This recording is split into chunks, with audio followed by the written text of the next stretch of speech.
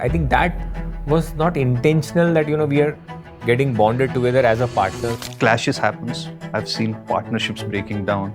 I've seen businesses getting divided into two halves. If we are just transparent enough and we are just honest enough, and that worked for us very well, honestly. We are there from last 10 years, we are partners. We didn't had any such big clashes or something. We'll feel that, okay, now we have to part our ways or something. Walk away, certainly no, because that's the very last option, I would say. Even if there are tough talks to be made, but put it gently.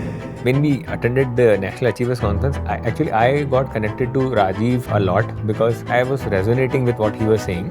I had called him. Honestly, my legs were shivering because, first I have to tell him and first I have to confess that I have attended PACE without telling you. That's number one. So when he's talking to you with so much conviction that this is needed and let's do this, it's something that he was doing for both of us, not just for him. It was not only growth, I would say. So we had reached to a point where we were doing almost 4 CR of turnover from 25 lakhs. So in those 3-4 years, we reached to 4 CR. We were compromising a lot on our personal life. I still remember we used to sit in office till night 8:30, 9 o'clock. Every day we used to be like that. There were not too many complaints per se from the family, but we could understand that venting out silently. One red flag to never ignore in a partnership.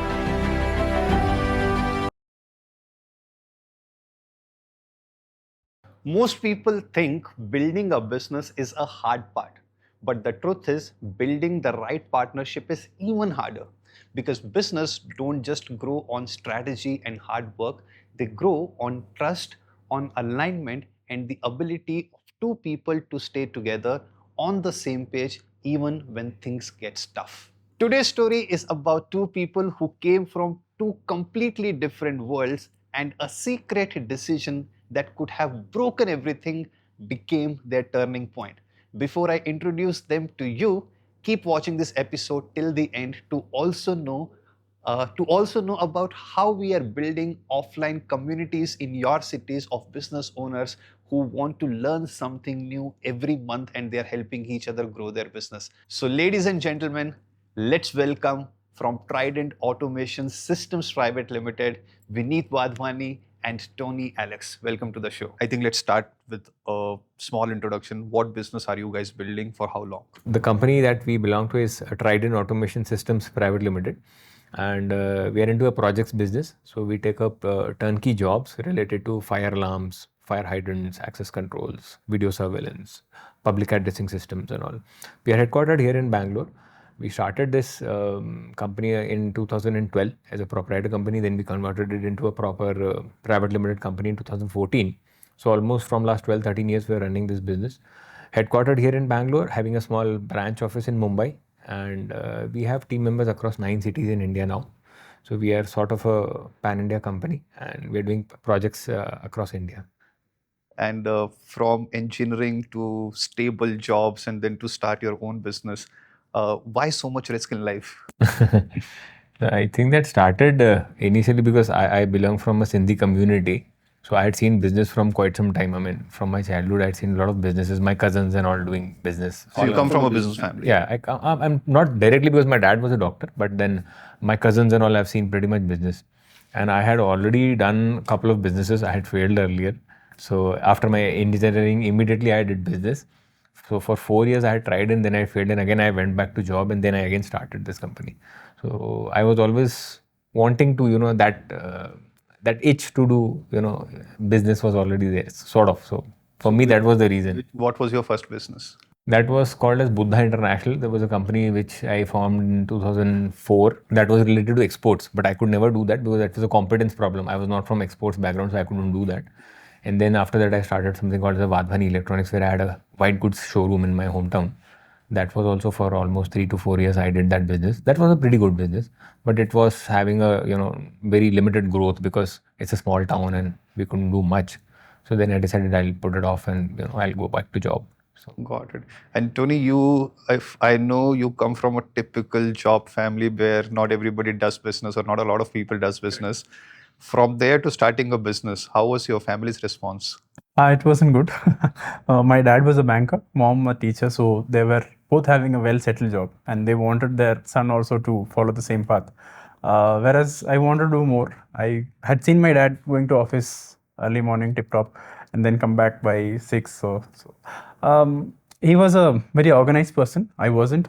So even back in college and school days, I used to think, how am I going to be able to do this when I have to start working?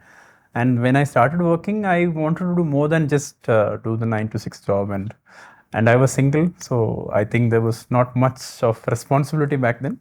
So the thought process was, if I want to do something, let me try it now, so I can fail, and then if it fails, I can go back to finding another job. So. But still, I have a question to you. Because I also did engineering, then I had a job, and then when I decided to quit my job and start my business, nothing works in the initial few months.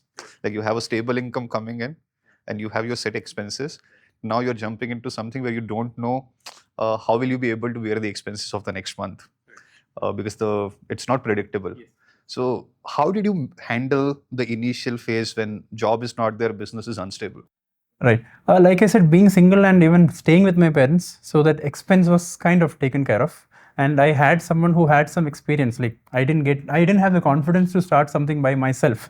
But as a partner with another partner who's done some business, it really helped. Definitely the initial days were tough, but we were able to sail through, and then somehow things have gone our way. Now let's come to your partnership. Okay, I got to know that you met in a project that both of you were doing together. Right. You didn't know each other before that. And pretty soon you decided, okay, you got to be building a business together. Okay, I want to know from both of you, Vineet, first from you.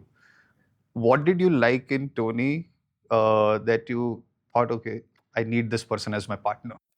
So when I started my business here in Bangalore, and so I was an access control guy ideally. So we used to work in access control, and I took up an order which was related to fire alarms in our trade.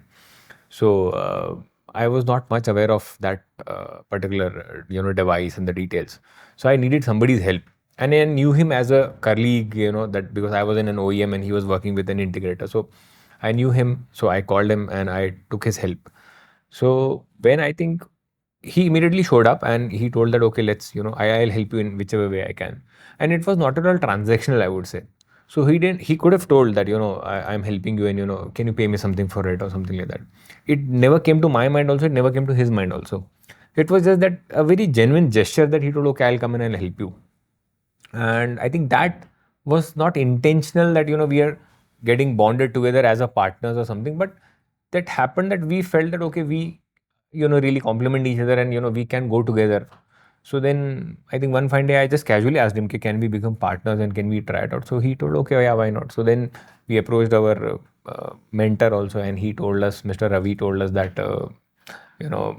you guys can work together for a year or so. If everything goes well, then on paper you can become partners. And we did that, and it worked very fine. So it was very casual approach, I would say, but a very natural, I would say. So Tony, Vineet just mentioned that you guys or he thought at least that you guys have complementary skills or you complement each other. What are those skills or mindsets which are complementary? See, to the first part of the question of like what I thought when meeting him, like he was a salesman when I met him. Like when he was a business development manager, and what you see a lot in salesman is to sell what they have in their bucket. Like they're very aggressive in selling. Sell, or like whatever they have, sell it. So what I saw in him was he wanted to sell the right product to the right person. And even if you find a client who is not ideal customer, give him the knowledge, tell him to buy it somewhere else, not from you. But that sort of personality was something that stood out for me. And complementary, I think, yeah, we're different in a lot of ways. Like he's somebody who puts in a lot of effort and like goes deep into things and tries and understand the basics and figure things out. So I'm more into delegation, if I may say. I mean, like work with a team. Yeah, Aram kind of. Cool. मैंने बोला था ना, he's a cool. Yeah, when you have somebody who is a detailed person, it really helps. So yeah, I think that way we complement each other. And that's why team is also very happy with him always. So wherever somebody is upset with you, they'll go to him. He's the cool boss. Not really. Yeah. They know whom to go to at what sort of time. And what sort of emotion. Yeah, what sort of emotions. Yeah. Okay, so are your roles distinct at this point of time in your business? And what are the roles that you guys are playing? Yeah, Tony, starting from you. Yeah, the roles are distinct, but we make sure we meet a month and then share what the output of each department is doing. Like I handle sales and operations. He takes care of accounts, finance, HR. I mean, the department wise, team reports to each of us for these departments. And monthly once we have the review of with the team leaders and us sitting together so that we are on track of what's happening in the other departments. And I have a question. You can be honest. Okay, whose team is more happy with the leader? Well, I've already told that. I don't think so. We have to ask. We've really not put this question across to our team. I think we should go back and ask. Very important question to ask your team. Okay, Vineet, I think a major shift happened in your mindset and in your way of approaching your business when you went to South Africa and you saw the Cricket World Cup happening there. What happened which shifted something in your mindset? My God, that was a different experience altogether because I belong from a small town and I had never traveled, probably that was my first plane travel or something like that. And I mean, abroad to for sure. I had never been abroad. So, and I was not very happy in that business, honestly, when I started Vadvani Electronics and I was doing for 2-3 years. Sometimes what happens is in business, we accept that, okay, life is going to be like this. And, I have taken a wrong call or probably this call has not worked for me. This business has not worked for me. But now I can't go back. I can't go back to my family. I can't go back to anybody. So I have to live my life like this only. So I had somewhere accepted my life. So I was not very happy because of that. I was, to an extent, I can say I was depressed. And when I got this opportunity in 2007 that I can go and, watch this T20 World Cup finals and all, and it was sponsored by Reliance. So I went because of Reliance. I was a dealer for Reliance. So when I went there and I saw that match, so I mean, there were a lot of things that were going in my mind because I traveled to Bombay along with my friends, those, the shop owners. Then we went to South Africa. So it was like a different culture, different, geography altogether, and the feeler of India winning. So I felt, okay, the world is so big, and why I am confining myself to such a small business or such a small place. Nothing wrong in it. It's my hometown. I love that place. But I mean, why do I have to confine myself? If I feel I can do something better, why not take a chance? And why not accept that this is my fate or this is my destiny? So that came to my mind, and I was like very clear that, okay, now I have to take a call and I should move out. So then when I went back, I just told my dad that, I'm not happy with this business and I want to shut it down. And it was a running business. There was no losses in it. It was a proper business. And but it was having a plateau. I mean, I was very clear, I cannot grow further, in this business. So I told him, he supported a lot. He told, okay, fine, you close it and, go ahead. And I am pretty sure he would have scared. I mean, he was also scared that what I will do, in job, because I have already wasted sort of 4 years, you can say, in a way. Because in job, they'll again consider me as a fresher. So that was very difficult decision for me also. And then, people making mockery and all, you came for business and you're a failure and all those things. You are like answerable to anybody and everybody then, your family, your friends, relatives, everybody question, kya ho gaya? Why are you closing it? Where are you going? What will you do? And you don't have any of those answers. So it was pretty difficult. But yeah, my family supported me a lot. So because of that, I just thought I'll go ahead and I'll do something better. So I remember it was India versus Pakistan final match where Misbah wanted to play a unique shot and got out. Did anything? Oh yeah, you wanted to share something? I had actually witnessed 2 matches. So I was there for the semi-finals also, India-Australia in Durban. And then Johannesburg was the finals, India-Pakistan. Yeah, I think India-Australia where Yuvraj Singh played the knock of his life. So did anything happen in the match which changed something the way you were thinking about your business? Not in the match, I would say. There would have been some moments, I don't remember right now, but the India winning that trophy, and the way people were shouting about India on that entire stadium, and we were shouting for India, Bharat Mata ki Jai and all those. I felt so proud, and I felt, yeah, why can't we do something big? And if they can do it, why can't we do it? We can also give it a shot. We can also give it a try. Why are we confining ourselves? So that those moments are like, which are more of a feeler, very difficult to explain in words. So that emotionally it hit me very hard inside. So I thought I will not just, set aside and accept my fate, and we need to move forward. That was something that I think this is going to be a cricket podcast, but I have one last question. Maybe because I remember that World Cup, there were no Sachins, no Gangulis. It was all youngster team and nothing much was expected out of that World Cup. And T20 was just shaping up, no expectations, didn't know if people were watching it or not. So that could also be like, people from small town like Dhoni, Yuvraj, Harbhajan, Sehwag, if these people can do it, why can't I? So awesome. I'm glad. Tony, question to you. You guys come from different cultures. Okay, you guys come from like there is age difference as well, cultural differences as well, language differences or as well. Uh, were there any clashes when you quit your job, jumped in for the first time to build a business with somebody who's been building a business? Were there any clashes? Were there any fears? How were the initial, I would say, 3 to 6 months were Clashes between us. between both of you? Yeah. I think the clashes were only in the mind. I mean, nothing that we got into each other. Like in the mind, I would say like, okay, how is this person going to be? Do I know him enough? Can I trust him enough? I'm sure he had the same sort of things going in his head too, and especially with different background and how does he handle things or how does his family go about in business but having met his family, his parents and his wife and all that in the initial days was something really good. I mean, they were really open to him working with somebody who is outside their comfort region or area. That really helped.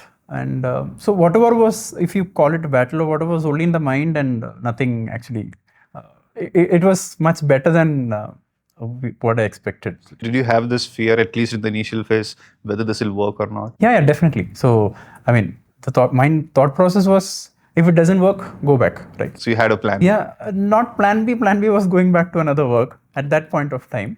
But there was definitely the fear or will it work out, will it not? But I was into it fully. Just wanted to give it a shot, full-fledged. And it went well, yeah. And right before you guys started working and building this business together, you got another job opportunity. What was that? What, if you are open to share, what was your salary that was being offered, and what was your parents' reaction? 3 questions. Okay, it was in the same field for a distributor company. Salary was, I think, around 50K, 45K to 50K. And the third question, parents' reaction. What was the parents' reaction? They also knew that you got another opportunity? Yeah. Okay, cool. So the parents were like, okay, already they were in the negative mode. They were saying, okay, don't quit your job. Or then this thing came up. So they were like, okay, so this is a good opportunity. And you work for a few years later, you see if you still want to go back into a business, you can do it later also. So they were trying to convince me to work for a few more years, hoping that once I'm back to job, then probably I'll just carry on doing it. Yeah. So I'm sure a lot of people who are studying, who are in their college, doing engineering like we did, I think most of us think, okay, we'll start our own business. And for those of us who come from a job family where parents are working professionals, it's very difficult to convince them.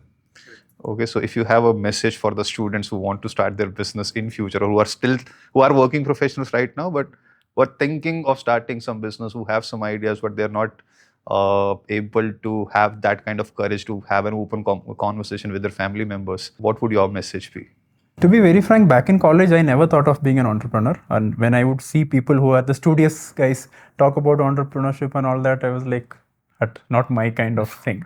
So it's only after I worked for a few years, then I thought I need a change, that this entrepreneurship came to my mind. So for people who are young and who are thinking about this or haven't thought about this, I would say talk to people, talk to entrepreneurs. When you get a chance to meet somebody who's running a business, talk to them. See if there is something that you like in that person or the way they do things. You might get a spark that might inspire you to do something of yourself, and try and do it in your early days. So you're not putting your family at risk, and then you get more time to earn, you get more time to correct yourself and do it the right way. Okay, but when your family was saying no, okay, you obviously had put your point forward. What was that point which had so much of weightage and intensity, which convinced them that, okay, do whatever you want to do? I don't think there was any such point rather than just me being adamant that I'm going to try this. So dad was like kind of okay. I told them thought of doing it for 1 year, and if it doesn't work, I will go back to finding a job. So 1 year time period. So that's what I asked them, and then they finally gave it, even though mom wasn't really convinced. So she had to accept it at some point of time. So now I have a question for both of you. I'll come to you, Vineet, first. Because I've been a business coach myself, I've worked with a lot of business owners. I see, especially in partnership businesses, not family businesses where people are partner, but in partnership businesses where people from different families, different culture, they come together. Clashes happens. I've seen partnerships breaking down. I've seen businesses, getting divided into two halves. Uh, Fights, clashes, etc., disputes. Uh, how have you made sure that nothing of such sort happens between the both of you? What kind of clarity or what kind of conversations in the initial phase you had? First, Vivek, Vineet, from you. Clashes per se, I would, I mean, as per me, any partnership, be it, between a husband and wife or be it in business partners, generally clashes will, if you dig deep, clashes will happen for mistrust probably, where you don't trust your partner or, somebody is trying to do something wrong, I would say. So I would say business is pretty simple. We sometimes make it complicated. So if we are just transparent enough and we are just honest enough, I mean, that worked for us very well, honestly. I mean, and we are there from last 10 years, we are partners. We didn't had any such big clashes or something where, we'll feel that, okay, now we have to part our ways or something.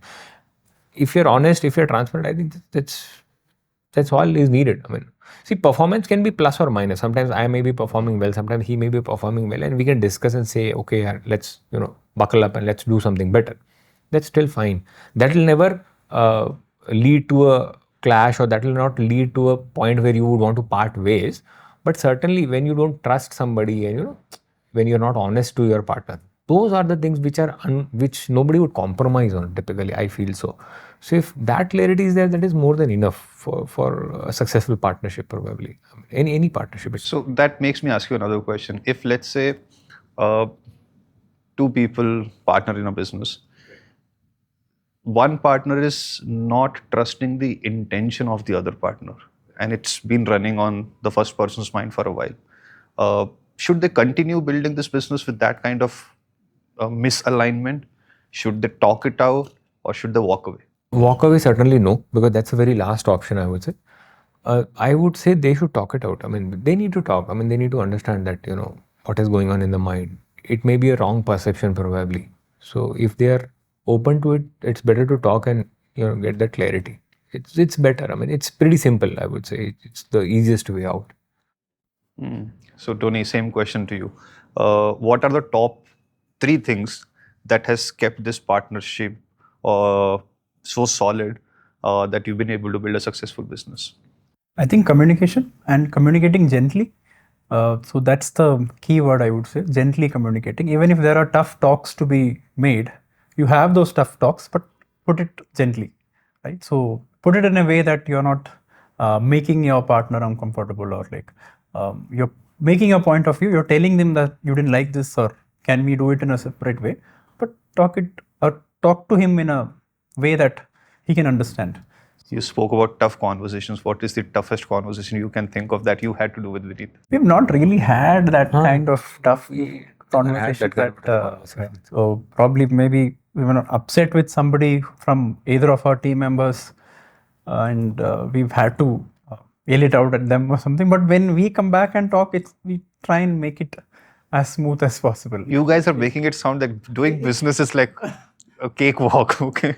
But we never had such. We've tried to avoid that also. And probably there is a reason also for that. I would say, see, we don't carry any baggages together. So we are not brothers, है ना?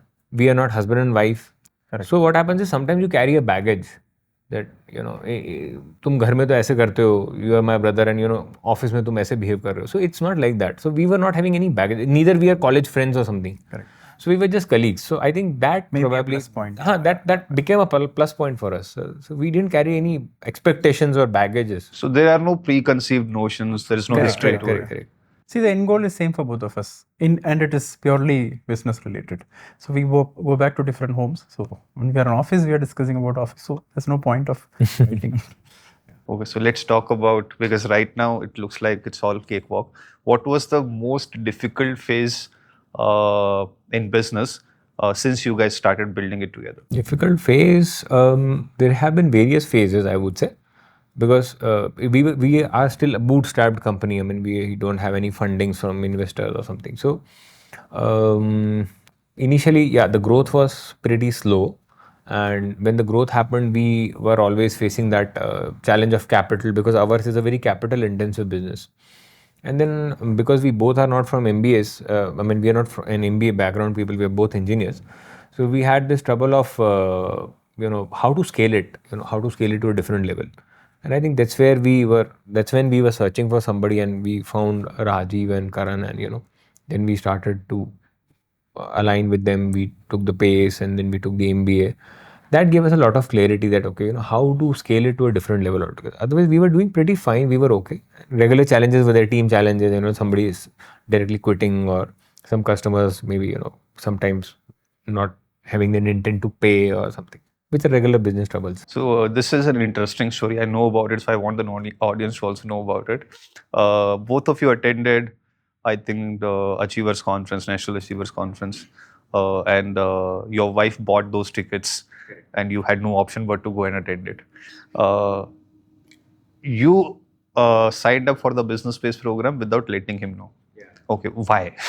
So, because I was hesitant, so when we attended the National Achievers Conference, I got connected to Rajiv a lot because, connected in the sense I was resonating with what he was saying. Because as I told, I had already failed in 2 businesses earlier. When we attended this National Achievers Conference, I was, too much convinced from what Rajiv told, or I was rather, I can say, I was resonating with what he told because I had already failed in a couple of businesses earlier. So, he was touching those points, which were like very, deeply, those were, somewhere in me. So, I was too convinced that, we should go and sign up for PACE because this guy was going to change our lives, or, he's, some guy who will create some magic. So I was pretty much convinced, and because of that, and we were actually searching for, and we had hit a plateau in our business, and we were not finding the way to grow. So I thought, why not, try it out, and why not go to Rajiv? So, but I was hesitant to tell him that I'm pretty much convinced. So I casually asked him also there that, what do you feel? Should we sign up for the next program? So he told, leave it, it's fine, not required. So when we went out, I couldn't dare to again ask him, I want to sign up and I want to spend that money. So I just told him I'll come from washroom, and I just went inside, I just swiped my card and I came out. I attended PACE without telling him. So on the 3rd day, then I finally told him I've attended PACE. He had to tell me because the MBA pitch came up at that point. Finally check dena tha, I had to ask him. What were you thinking when Rajiv pitched PACE as the next step for you to learn how to build a management system? Yeah, I liked the presentation. I liked what he shared. There was a lot of takeaways. But the idea of spending on learning, spending on having a coach was never something I had. So I said, okay, all those things are good, but let's go back and do something ourselves. So, I wasn't open to spending on getting external help or like finding a coach to help you run the business. So I didn't have that concept back then. So which is why I wasn't open to doing that at that point of time. And it was a very casual conversation. He just casually asked, and I said, it's okay. Let's not take it up. Why to spend that much amount? But I think, 2019, this entire concept of coaching or working with consultant, pay them for advices, this concept was pretty new. Probably, yeah. Maybe that was a reason that I did not want to. But now I would probably suggest somebody else who is struggling in business to do things like that. Spend that extra buck there and learn more, and then do your business in a better way. So when Vineet called you on day 3, when Rajiv says, okay, come prepared with so much of amount, then I'm sure, did you call him? I had called him. Honestly, my legs were shivering.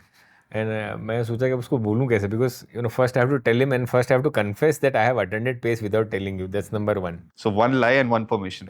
So, it was very difficult for me. Then I had to tell him that now we have to sign up for an MBA, and I am giving a check right now. So it was, again, in my mind, it was very difficult. But when I called him, he was very casual, and he was again very fine with that. And I was actually surprised how can he not be offended about it. So he told me, it's fine, no worries. You want to go ahead, you really feel he will add value. I told you, yeah, I mean, I'm pretty sure he'll add a lot of value. He told, okay, sign up, go ahead. It was a 30-second conversation. So Tony, what made you trust, obviously his experience, because you were not there for those 3 days, his experience so much, because I know the amounts, I know it's a premium product. Okay. So what made you trust that decision so much and end that conversation in 30 seconds and saying, okay, let's go ahead? I was having lunch with my family, so I wanted to end the conversation fast. But jokes apart, I knew this person from quite some time. We have already been doing business together for a few years. So the only place he would cheat is go meet another customer without telling me, because he is so passionate about business. I mean, other than business, we have other passions of, let's say, I'm passionate about sports and music and all that. I think for him, the first passion is business. So when he's talking to you with so much conviction, that this is needed and let's do this. It's something that he was doing for both of us, right? Not just for him. So then I was like, okay, he is convinced. So let's, we take the similar steps in a lot of other decision making also. Let's say I am convinced of bringing a new product in and I talk to him with the same passion, he always agrees to it. So we've kept that trust on each other, and that's how we've been able to run this well. So because you said you never had this notion of spending money on coaching or spending money to have a mentor, when did that shift happen in your mindset? Not during the call, because the damage was already done. So he calling me, it was clear that okay, he's going ahead. So, but after that, like after having enrolled into this, and so I went in with a positive mindset. So we have spent this amount, so let's take the maximum out of it, rather than crib about it. So after having experienced it, I felt that okay, this is worth it, or this is giving you the results, and it was the wrong idea to not have external help when needed to run a business. So because when I was a coach, when I was coaching business owners, and especially when a family business or a partnership business comes and one partner has attended the business space program, but both partner are coming in the coaching sessions. Right. I see the person who has attended the PACE program is pretty much interested and pretty much looking up to the coach, and the person who has not attended the PACE program is looking at the coach. Is he good? Is she good? Etc. Was that the mindset initially? Back of the mind, yes. I have got to be frank. Yes, I mean, because Vineet was full on. He was like full fledged. Yes, this is going to change our life, and he was in full josh. So maybe not at the same level of excitement, but I was looking forward to see what this can offer. Yes, I had my doubts. I wasn't clear of, okay, is this coach going to be able to give what we need? Does he know anything about my industry? How is he going to change things? I had those doubts initially. But overall, once you start interacting with somebody on a constant basis, you see that that person can give you some value, and we could start seeing the results. So definitely, I mean, then on, I was fully into it. So I have a last question on your coaching journey, then we'll shift gears. What is that one thing that you changed either in your approach or a strategy or a system in your coaching journey with the Rajiv's team that had the most impact on your business growth? I would say it was, earlier it was a period of fear. Every night you go to sleep thinking what next, what to do, how am I going to generate more orders, how do I pay the salaries. But after gaining the knowledge, so just having the knowledge that you can run a business, there are a lot of ways to run this business, or your confidence. So that confidence level was achieved by knowing a lot of things in business and knowing how bigger companies or other co-entrepreneurs are doing the business. So that knowledge was something for me personally, which helped my confidence. So I could sleep at ease and face the next day with more confidence. And I think process was very important. Like 2 processes that we implemented till now, we use that process. One is we have created a role clarity document for each and every person in the organization. Including yourself? Yes, including ourselves. Secondly, doing a very genuine 360-degree review. So every month we do that review meetings. So And that to 360-degree review, so that we also sit in front of our team members, they review us, we review them.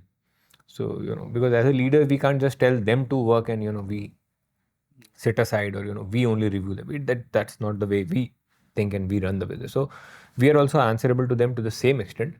And that's how so these two things have been game changer. And specifically, I think 360-degree review also helped, wherein the team members also saw our sincerity.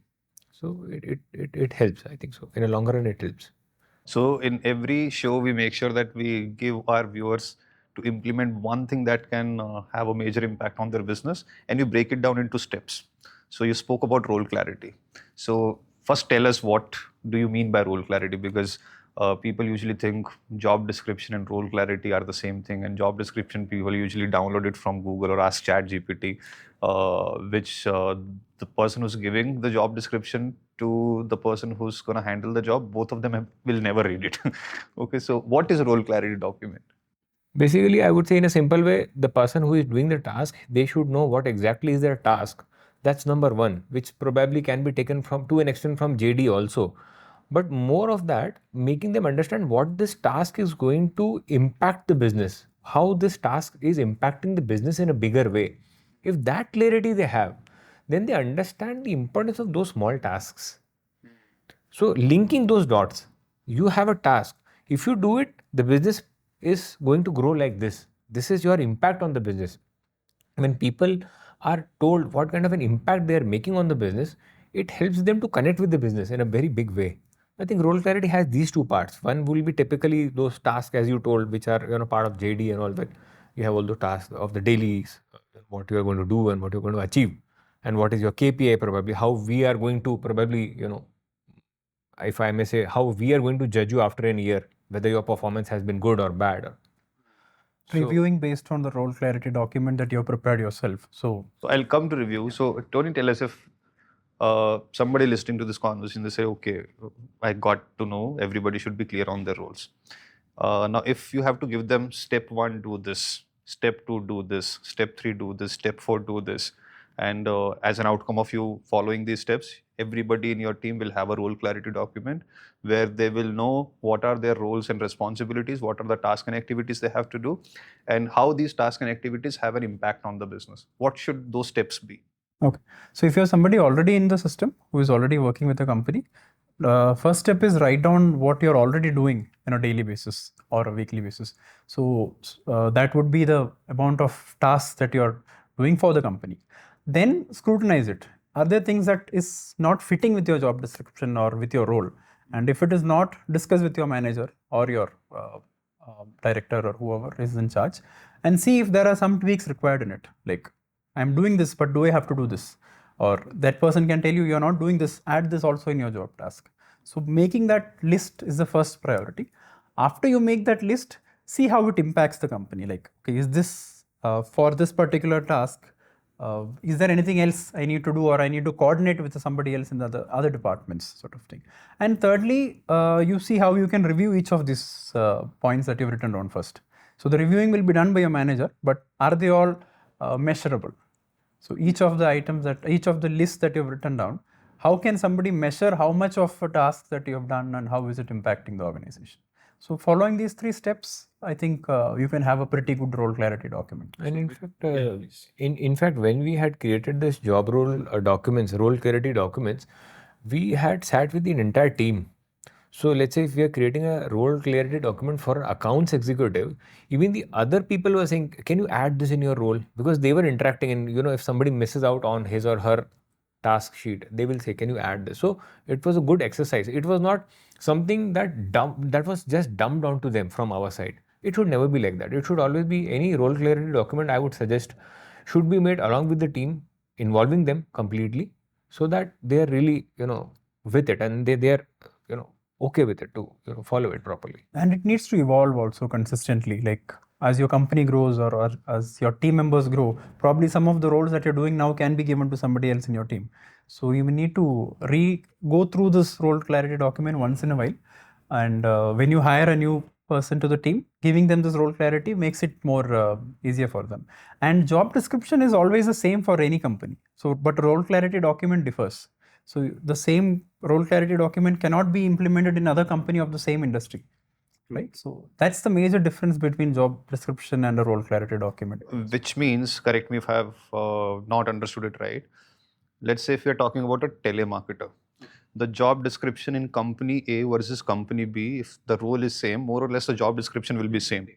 But based on the processes followed in company A, based on the processes which are followed in company B, the role clarity for the same role will be different. Is that what you want to say? Exactly. Yes. And I really like this approach of creating these kind of things with the team, so that they feel they also have skin in the game, and the chances of them implementing it to the T also goes through the roof. Right. You can hold them accountable. It's them who created this. Them who decide, okay, I will do this. This is going to be my role. Okay, fair, fantastic. So, how long does it take? So let's say you attended the business space program, you got into your first, second coaching session. You got to know, okay, nobody's clear on their roles, or the clarity is not to that extent. How long does it take from that day till the day where everybody was super clear on their roles, responsibilities, KRAs? That was, I think, because of MBA. Because when we did MBA, we had the videos that were given to us, the content that was given to us. So every 15 days, we used to sit with our team and we used to watch those videos so that we are in same. Because what happens is, as a business owners, we take some training, we take some coaching. Now we are at a different orbit, and we suddenly go and dump all those things on our team member, and they feel, यार इसको क्या हो गया, कल तक तो ठीक था. Is he mad or what? So we are at a different orbit. We can't expect them to suddenly take that shift without taking that kind of a training. So those videos were very helpful for us, because then what happened was, we were sitting with them, we were nurturing them through those videos. We were all coming to the same orbit together. That helped us a lot. How long did it take for the shift to happen in the team? Probably 4 months, I would say. Yeah. Because those videos were for 4 months, if I'm not wrong. Around 4 to 5 months. And it varies from company to company, and the amount of effort that you put in. Correct. And how much they are willing to accept. So 4 months is the period probably this thing can start, right? But to actually start implementing it, maybe rocks a year. A year, yeah. So everybody's in sync and they are in that performing mode, and everything is like properly lubricated and the machine is running. For that, at least a year is needed for sure. And after role clarity, you also spoke about doing performance reviews on a monthly level. So, firstly, what do you do in a performance review? Let's say if I'm your team member, give me any role. Let's say I'm your sales head or marketing head, and if we're meeting for a review, what conversations happens in that review? We have a reporting structure, or a format of an Excel file, specifically for sales, I mean to say. So we go through that. We go through the different sheets that is prepared. This is again made together with the sales team. It's an evolving sheet. Whenever we feel, okay, this sheet is not required, just remove it, but add something else which actually makes sense for them as well as us. So we review that and we talk about each case that they've handled or they've gone through. We try and do something like mimicking meeting a customer. So when there's an important client meeting coming up, a 3-person sit kind of a role play. Sort of thing. Yeah. We try and do that. So that's done for specific customers when it is really a big case and he wants some help before going and meeting the client. So these are the things that happen. So the process is going through the report, then talking about the wins and the losses and the whys and why we got this case and why we lost that case, talking about such cases and planning upfront for the next 1 month, what needs to change. So I'll tell you why I want to go deep into this, because I see a lot of business owners. Mistake number 1, they don't do reviews until the damage is done. Mistake number 2, they don't know what to do in review, because they do reviews when the damage is already done. Then the kind of feedback they give their team members is like, you don't know how to do your job. You need to think outside the box. You need to pull up your socks. So it's kind of vague. And number 1, the performance is already down. Number 2, now the kind of feedback you're giving is putting them under more pressure, and the performance, there are higher chances for the performance to go further down. So what exactly you do in a review Let's say if there is an individual who has more breakdowns than breakthroughs, the performance has gone down, what kind of conversations you have with them, which gives them more confidence than putting them on the spot. So do you guys do something different here? We do that probably, which was again taught by Rajiv to us, and it was very helpful for us that the feedback should be like a sandwich feedback. So when we give them a feedback, we tell them what you did well, what you did not do well, and then we also say what can you do differently, which is a very genuine suggestion from our side. It is not something again that we are just dumping onto them that you go do 10 sales calls, you go and do 20 sales calls. It is not possible for somebody to do that.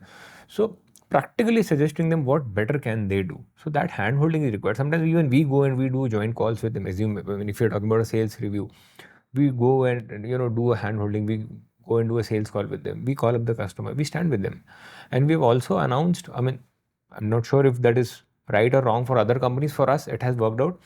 We have always told our team that we are a people's company. For us, profits are secondary, people are first. So it is not that just because somebody has underperformed, we will, treat them in a way that, okay, we are not in hire and fire mode. We don't do that. We give them the best chance to, and, the hand holding to again come up, do well. And people have done well. I mean, we've seen people doing really well. So that has helped us. It's important to keep the emotions out of it when, like you said, when you're reviewing, and if you feel you come back again with a month which is not yielding enough results. So think of how can you make it more useful, like what more can you give that person so that his results are better, like what more process, I would say process, because if he leaves, somebody else joins, it's going to be the same story again, right? So what more process should you add in your system, in your company, that the next month might be better? Got it. So, Vineet, you mentioned we are not a hire and fire company, but let's say you mentoring somebody. There are breakdowns, but you're okay. You're telling them this is what you need to do differently. You're providing resources. You're providing feedback consistently. Still, the performance is not going up. 1 month, 2 month, 3 month. Now, would you fire in a situation where performance has consistently gone down or consistently been low, even after you doing whatever you could do? We have done that. I mean, I would say firing somebody is not a very pleasant thing. So we don't generally promote or do that we don't, I mean, consider it something great to do that. But yeah, I mean, if somebody is not at all able to gel up with the culture of the organization, somebody who is not at all able, who probably because of his competence level, they are not able to, understand the process or not able to implement it, or probably their intent itself is not to do it, either of the three. So in that case, finally, when we have to give up, we have to give up. So we have done that. But again, I mean, we don't just tell them that, okay, from today you leave or something. We sit with them, we tell them, see, we have spent this 7, 8, 9 months together. We've tried a lot. This is not working out. So probably you can look for something better or some other organization where you can fit in. Because again, we feel that the person may be still good for some other organization, or some other vertical of sales, and he or she may not be good for our kind of a business, probably. That doesn't mean the person is wrong or the person is not good. So, but is still, if we have to let go, we have done that. We have done that. Although it's not very pleasant, but yeah, we have done that. And most cases, the person himself or herself understands that, because when you're reviewing it with 10 to 15 people and every month you're the one who is not having the results. So more than us having to fire, it's usually that They understand. They take a. So I think when you have systems so solid that you're reviewing consistently, no matter what is the performance level, the reviews are happening proactively. It kind of becomes a self-assessment report card where I know where I stand. Awesome. And I also feel like people usually see firing as a bad thing. I see if it is not win-win, then and you've done everything that you can do as business owner, as leaders from your side, it's a very compassionate thing to let somebody go, because if you have done everything with good intentions, the kind of support you can give, and the person is still not able to perform after putting in so much effort, I'm sure the person is going through hell as well. Okay, it is impacting other areas of their life for sure. So you're letting them go to find something that can give meaning to their life versus dragging themselves to office and living through that pressure. Very true. Makes sense. In fact, we had done one more thing in our office. even in cases where we have not fired people, but they have a good opportunity, or because of their personal reasons they are not able to continue with their job and they have to move out.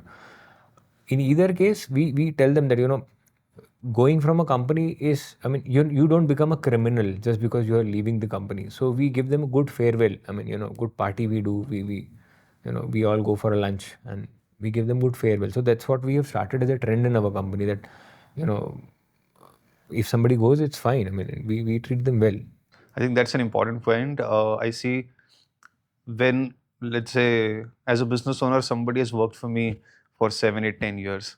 And then because of their aspirations, or, they want to start their own business, or they want to join, I see business owners suddenly become so cold with them.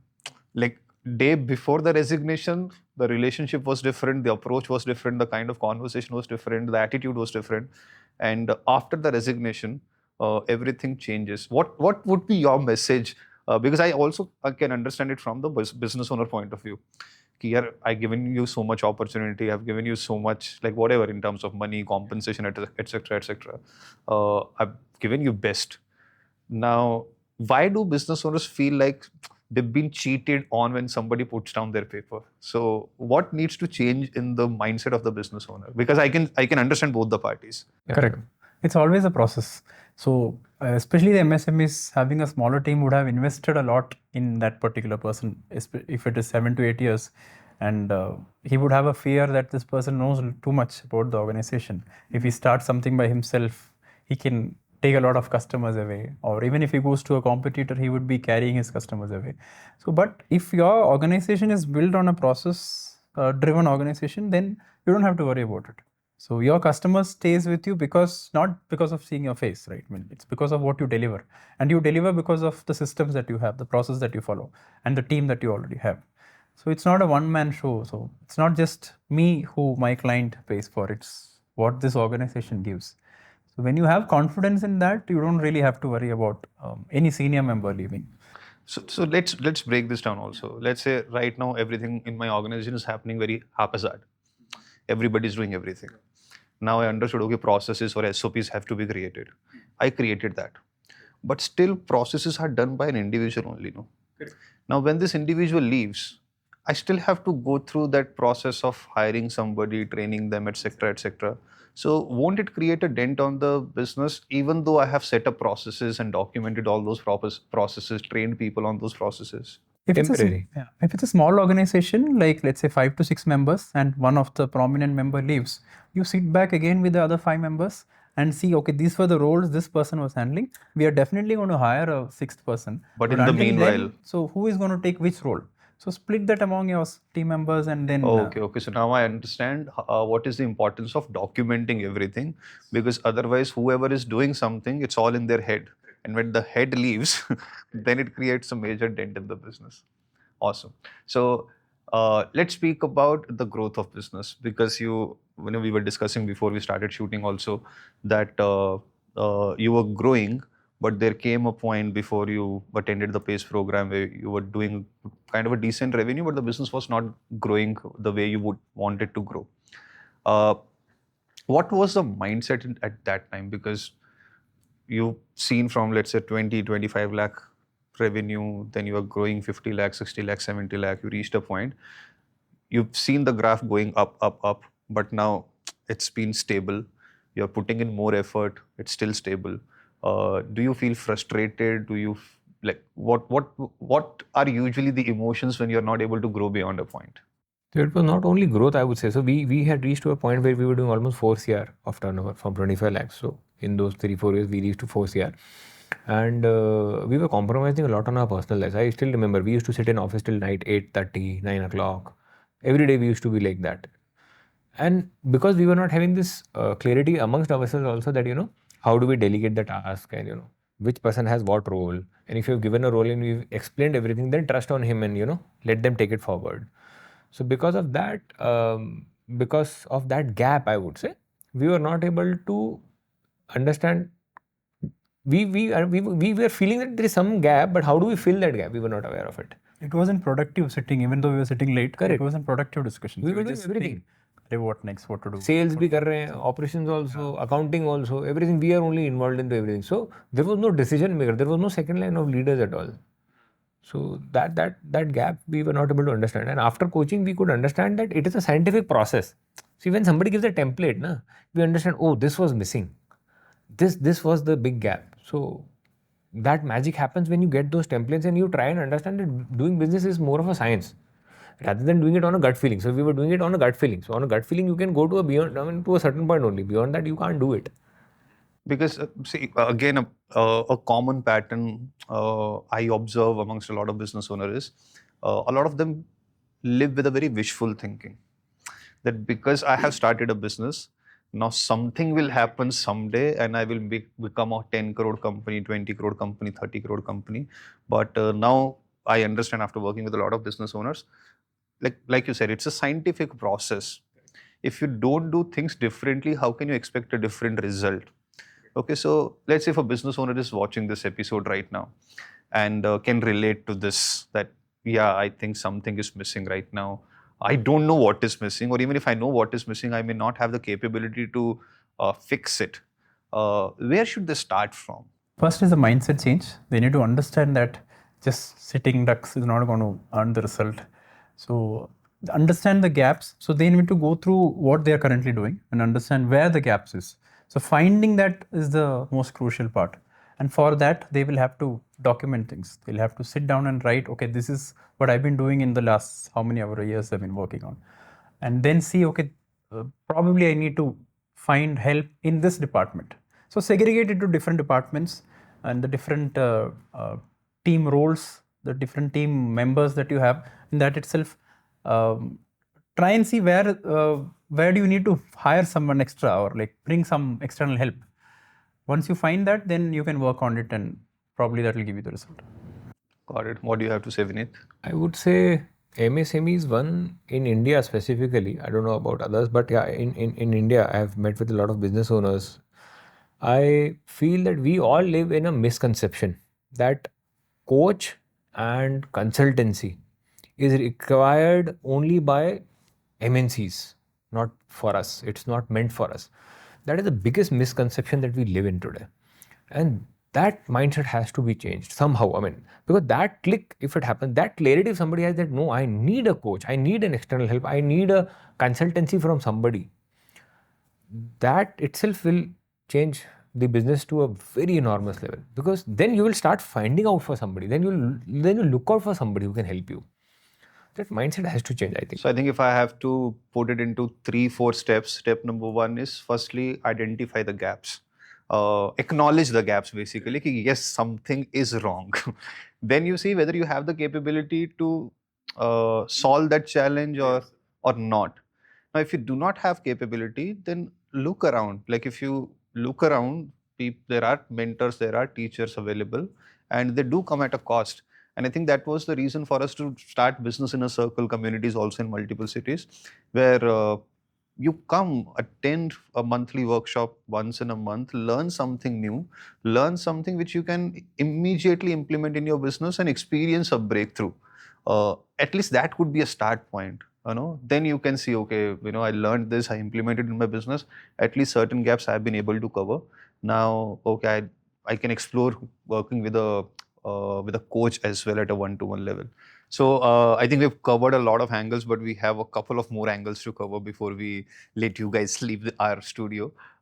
Let's talk about families, because you spoke about a time when business was not growing and you guys were putting in a lot of efforts from 8 in the night, 9 in the night.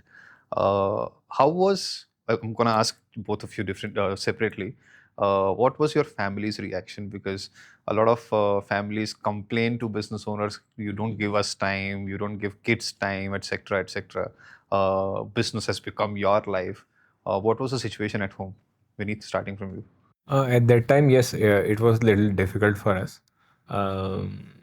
There were not too many complaints per se from the family, but we could understand that they have a concern which probably they are not directly telling us, or they are not just venting out silently. sort of, yeah. So they my wife was pretty supportive in business, because again, I mean, she's also seen a lot of business from childhood and we've seen it. So But yeah, I mean, she always used to tell me that, make it more scientific, make it more better.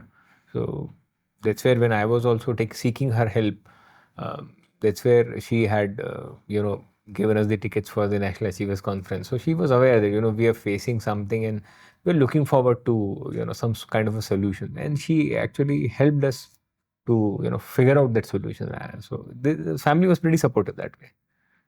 Got it. So, Tony, for you, when you're reaching home late because you're putting in so much effort in business, did you get comments like, I told you don't leave job and that is a stable thing? Yeah, from parents, yes, I did get that comment, but not for long. It was just for few days, and I think they also understand. I mean, it was again a misconception. Sort of people have that in mind. Okay, he's running a business, so he ought to sit late hours, and you expect him to be less available for the family, which changed gradually. Sort of thing. So they were happy with the change, and my wife married me because I was already an entrepreneur. She had that interest of marrying an entrepreneur probably, so she was also kind of okay with that. I was already in the business when I got married, so yeah, initial days was little tough, but they were with us. I mean, even his family and my family were supportive enough, and so we were not finding that kind of bigger difficulty in having to answer to them each day, going back at this today I had to do this, that is why I'm late, and we didn't have to go through that phase thanks to them. So, is anybody from your family is also part of business actively? No, in our business, no. In your business? No. We have kept that away from our business, so that's I think the good part. We've what happens in business stays with us.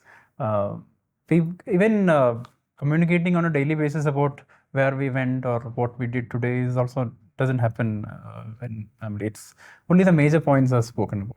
So that doesn't give a lot of opening for them to pass comments on. You should have done this. You should have done that. At the same time, we take their opinion as and when required, but they are not too much into it or they don't know much about the business. I think the same applies to Yeah. families. Got it. And how is your relationship beyond business? Is it like best buddies, best friends, or just working professionals? How would you rate it? We are friends, if you ask me. We are friends who respect each other, but we are not the kind of best friends who would hang out more often or like go for dinner or like have drinks with us. Yeah. That's very rarely that. Because usually we see, because usually people who are friends, they start business together, and because they see each other every day, good days, bad days, they become kind of best friends. Their family becomes friends with each other. How are your families' relationship with each other? That way, I think relationships are good. I mean, we meet sometimes. We go to their place on Onam for a lunch, and they come to us. We meet often. I mean, not too often, I would say, but yeah, I mean, sometimes in a year we meet. And I think this is also not very intentional from our side that we have deliberately kept the families away, or neither we would want to, push them to gel with each other. So it has been very casual, going with the flow, and I think it's good. I mean, so yeah. Done. I think it was a lovely conversation. I'm sure the audience who's watching this episode and stayed till this point, they have some amazing business lessons, life lessons that can really help them to transform their businesses. Thank you so much for taking your time out and having this casual, candid, and honest conversation. I wish we had more time, but before we let you go, we have our one last segment, and it's called Rapid Fire. Okay, so which means you don't have a lot of time to think, answer it. No, whatever comes to your mind, just shoot that. So we have 1, 2, 3, 4, 5, 6, 7 questions. So I'll ask first question to you. I'll ask the same question to you. Then I'll ask the second question to you first, and the same question to you, and we'll follow this structure. Done. So ready? So first question, okay, to Tony. One quality you must check before choosing a partner. Integrity. Honesty. Honesty, integrity. Great. Uh, Vineet, to you. One red flag to never ignore in a partnership. Greed. Interesting. Not being open enough, hiding things. Hiding things, not being open in communication. Great. So, Tony, next question for you. One system every partnership must have. Review system. Reviews. Transparency. Transparency. I like how both of you are saying different things, but it sort of means the same. So, Vineet, next question to you. One habit that keeps your partnership strong. Oh my God. Tick, tick, one.